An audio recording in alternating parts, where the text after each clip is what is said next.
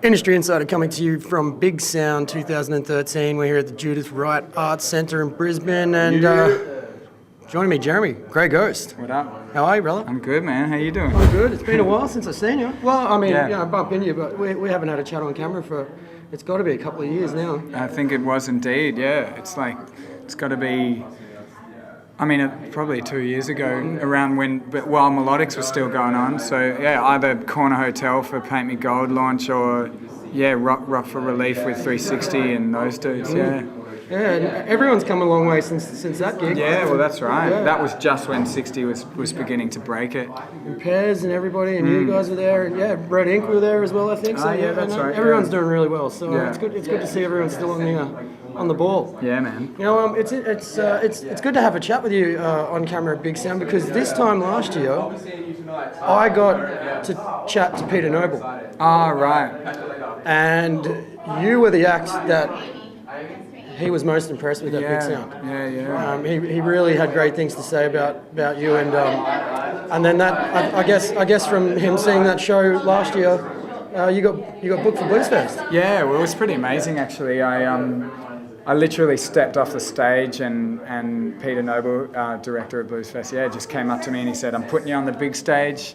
And he literally said that like it was like out of a movie, and I was like, oh, okay, dope. And it was late at night, and I didn't really know kind of what to expect from it, but sure enough, a week later we had the offer and he put me on the big stage, and it means the big stage. Like when I rocked up there, it was pretty much the biggest thing I've ever seen. Yeah. And it was full on. It was an amazing experience, and I'm so used to playing like the hip hop crowd and everything, so it was dope to go and actually play a music-loving festival again. It's kind of like a Woodford times 50, I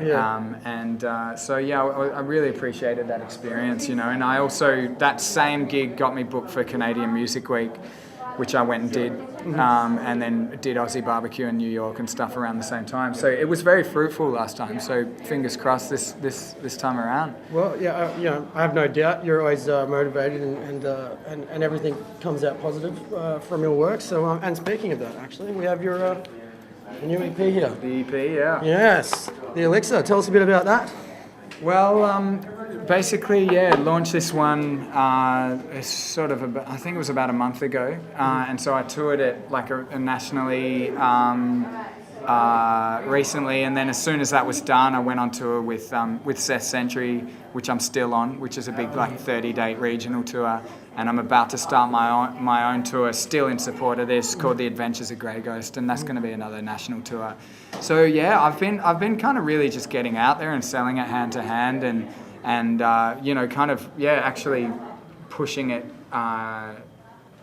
via the live show, which has been quite cool. I really like that. Literally getting on the road and traveling all around Australia and playing it in front of people so that they actually want to buy it, and having a chat to them. So that's kind of been that really direct way of getting it out there. So, I love the artwork too, man. Thanks, bro. Yeah, well, I'm a big Tintin fan. So, it was I've had this idea for ages. I always see like cover of Tintin, books and just go, fuck, that's like made for appropriation, So, I had a lot of fun with it. Yeah, no, it's great. And Seth's still taking a coffee machine on the road with him? Yeah, man. I can't believe he does that. It's so classic. We literally... It's such a funny tour because it's me, Mantra, Seth and Sizzle, and we're all really good buddies and all a bunch of idiots, and we're also all real kind of snobs, you know what I mean? Like we all love our good coffee and good food and shit, and it's a regional tour.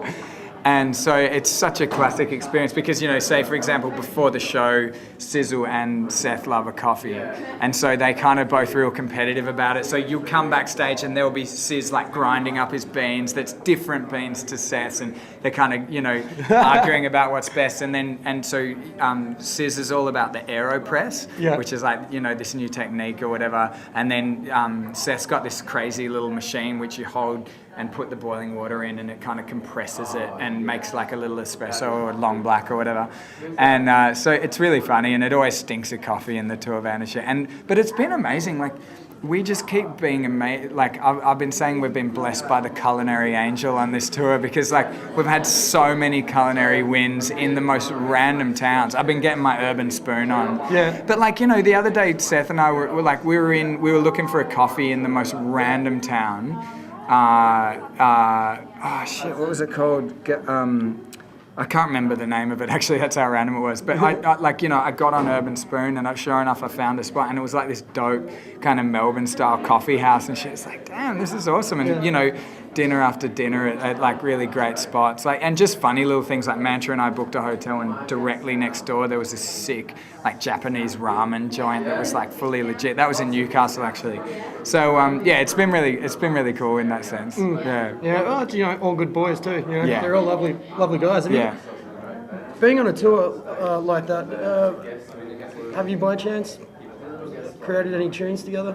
We're working on one at the moment, with the four of us, So, I mean, Mantra and I write together a lot, and Seth and I have done, but this time around, we're putting something together at the moment. So. Just seems like, you know, you're all good mates, and what a great opopportunity to use that creativity to put something together. I'm glad you said yes to that.